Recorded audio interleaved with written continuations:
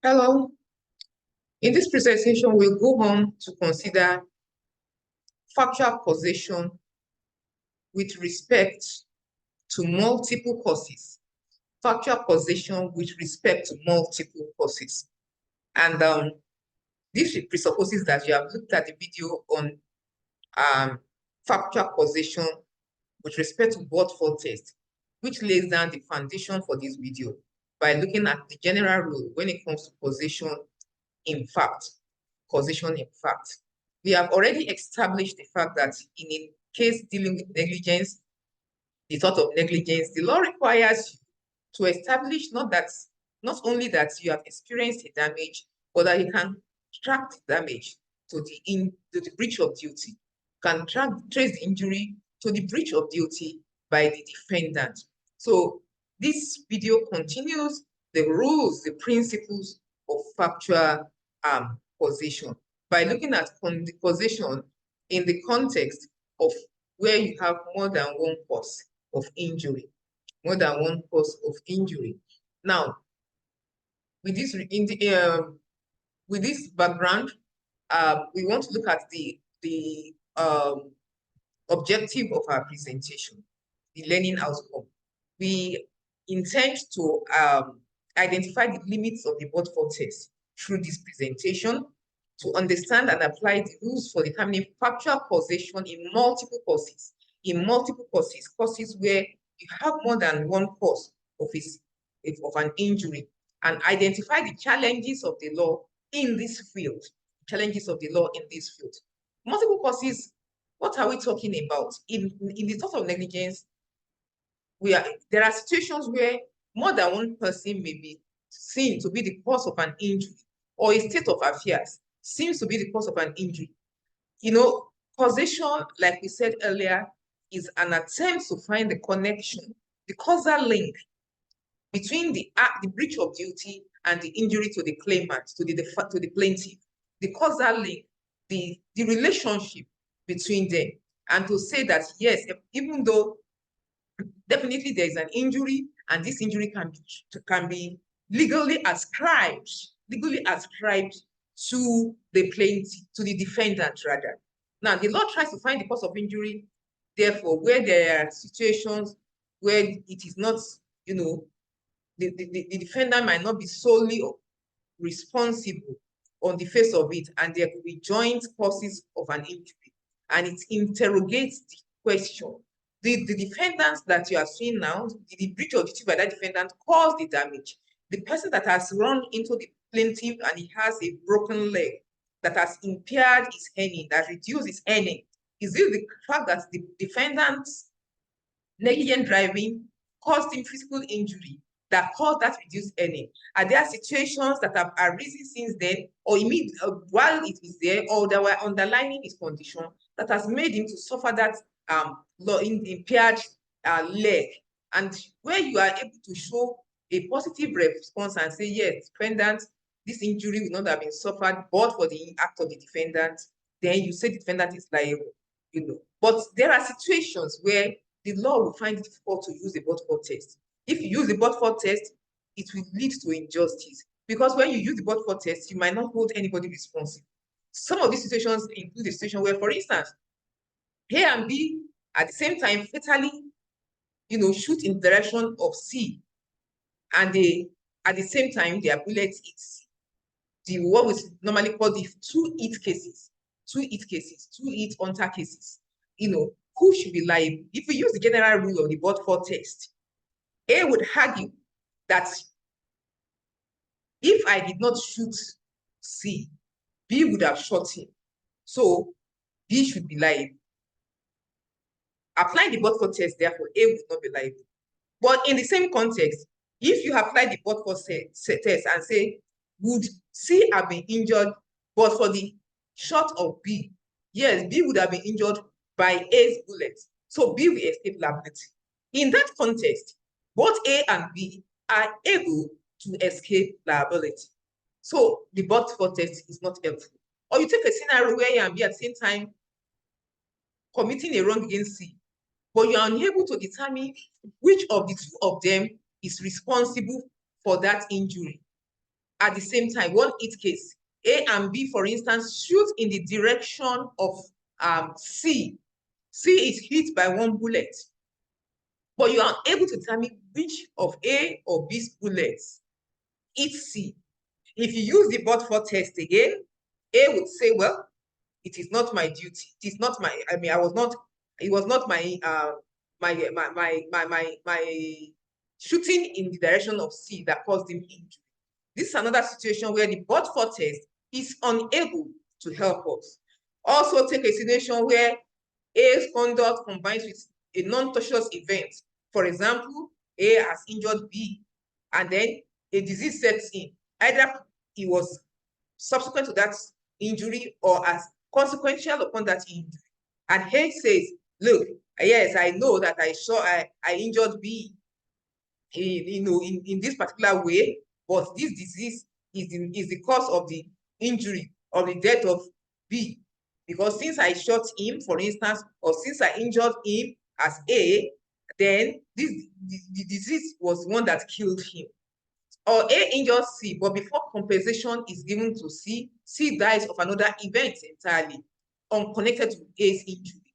A might want to argue that, well, if I did not injure him, would he have died? But for my injury, would he have died? Yes, he would have died. He would have died, so A will be able to escape liability. So these are some of the case scenarios that the courts have had to consider in answering the issue of, addressing the issue of causation in the law of tort. Now, in these kind of situations, we call them multiple causes. Multiple causes. There are more than one cause that are operational on the life of A, on the life of defendant or a plaintiff, that makes the court to begin to inquire who or what should be regarded as the factual cause of the injury.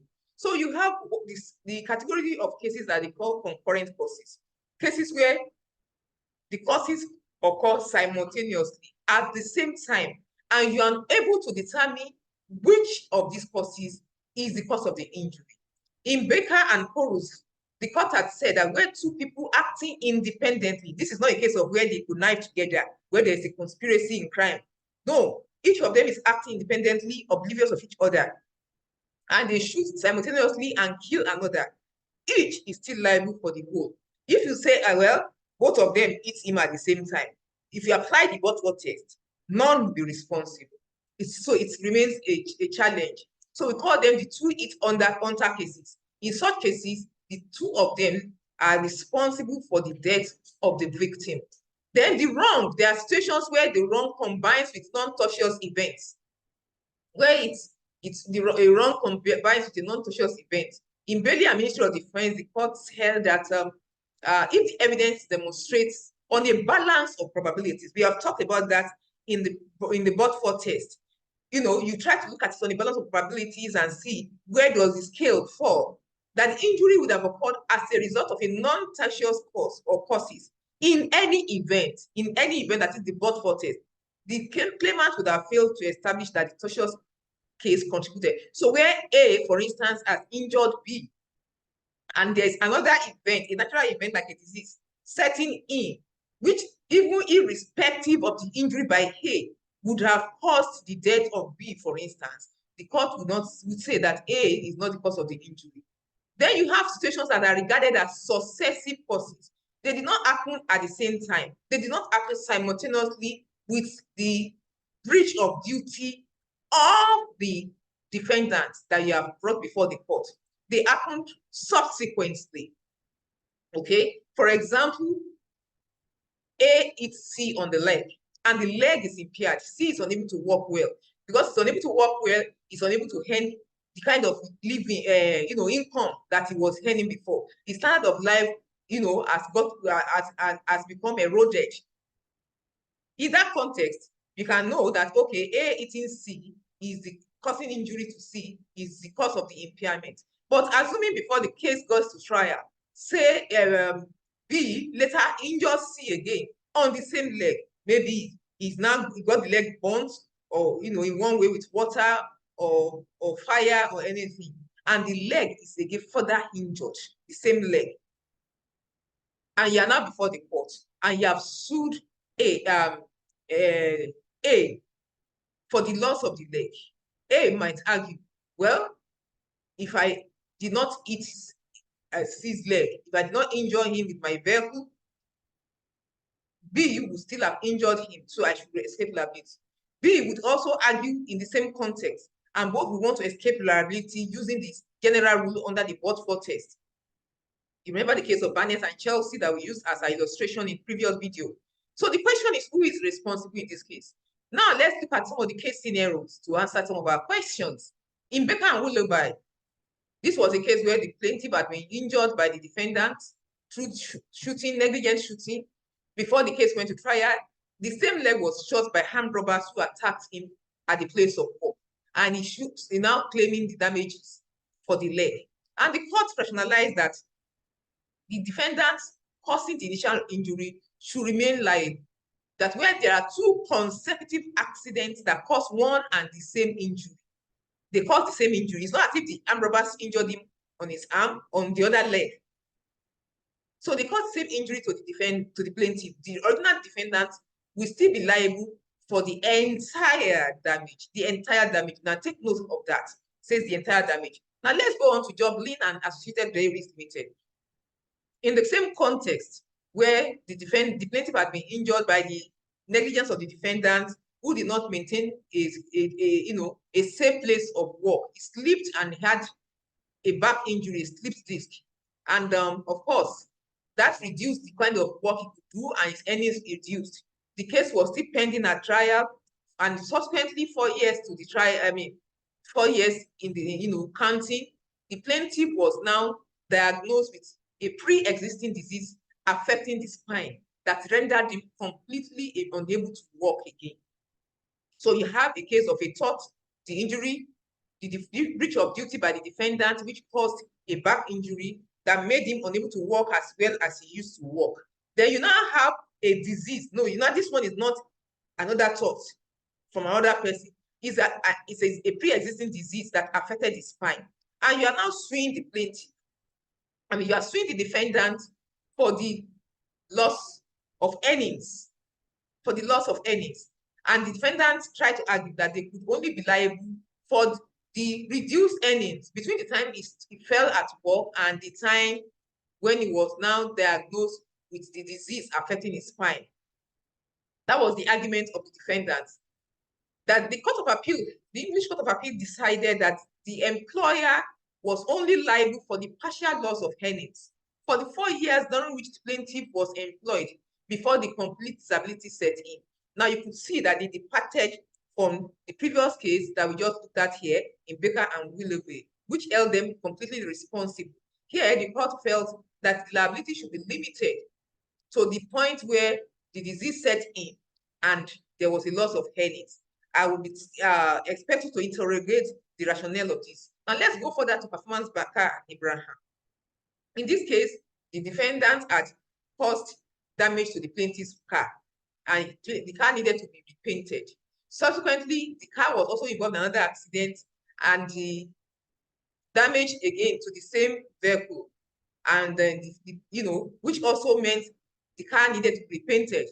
And the plaintiff sued the defendant who had earlier caused the initial damage to the vehicle.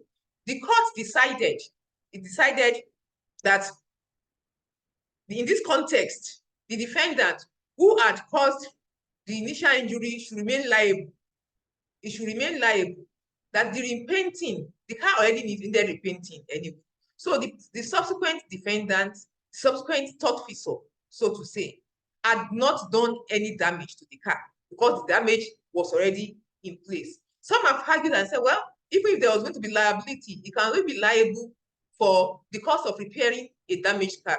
The same argument was given in Baker and Willoughby, that look, you could actually argue and say that if you want to stop the liability of the defendant to the point where another incident occurred, that liability would only occur, the damage would only occur in the context of the loss of an injured leg, so to say. So these are some of the reasons why the rationalizations that take place in court. Now, in summary, with respect to multiple causes, what we are saying is that where you have more than one cause of injury and you know that the injury may be, the cause of that injury may be two tortious actions. The cause may be a tortious action and a natural event. They could come in any way that the context of the case is able to establish. These causes can be concurrent. They could have happened at the same time, like the two heat hunter cases. Two of the tortfeasors acted independently without connivance with each other, and they caused the same injury. Or they could happen successively. One has happened already before the case came to trial. Another has happened. In those cases, the court is inclined to hold that the but-for test is unhelpful. It's unhelpful. So how do you find the causal link in between? That is the essence of this field of study. In subsequent videos, we'll be looking at situations where you cannot even determine which of the actions caused an injury. In the examples that we are giving now, you would have noticed, okay, the first one caused impaired movement. The subsequent injury caused complete disability. So, but there are situations that we'll be looking at later where you cannot even know because now the person has died and there are two causes, or three or four or five causes that could have caused this death. So for the purpose of this presentation, you have to know that in a negligence claim, the plaintiff is expected to prove not only that the defendant caused the injury, but he must show the connection between the injury. So you have shot in the direction of, you have injured this person, and they have a broken leg, a broken arm, or the person has died, for instance, or the person has contracted a disease. Sometimes they say, oh, they've contracted a form of cancer or the other. You must be able to show the connection between the breach of duty of the plaintiff, of the defendant rather, and the injury to the plaintiff. Usually, this context, this engagement is called causation in fact or factual causation. Generally, the law will use the but-for test, but in this presentation, we have demonstrated that the but-for test is unhelpful when you have multiple causes. So the courts take a pragmatic approach, and they would sometimes say where two people have acted independently and they cause an injury to somebody and they kill that person, both of them will still be liable, where it is impossible to determine which of the two tortfeasors caused the injury. But where it is possible to determine which of them caused the injury, the court is inclined to hold each of them responsible for the aspect of the injury that they have caused the plaintiff.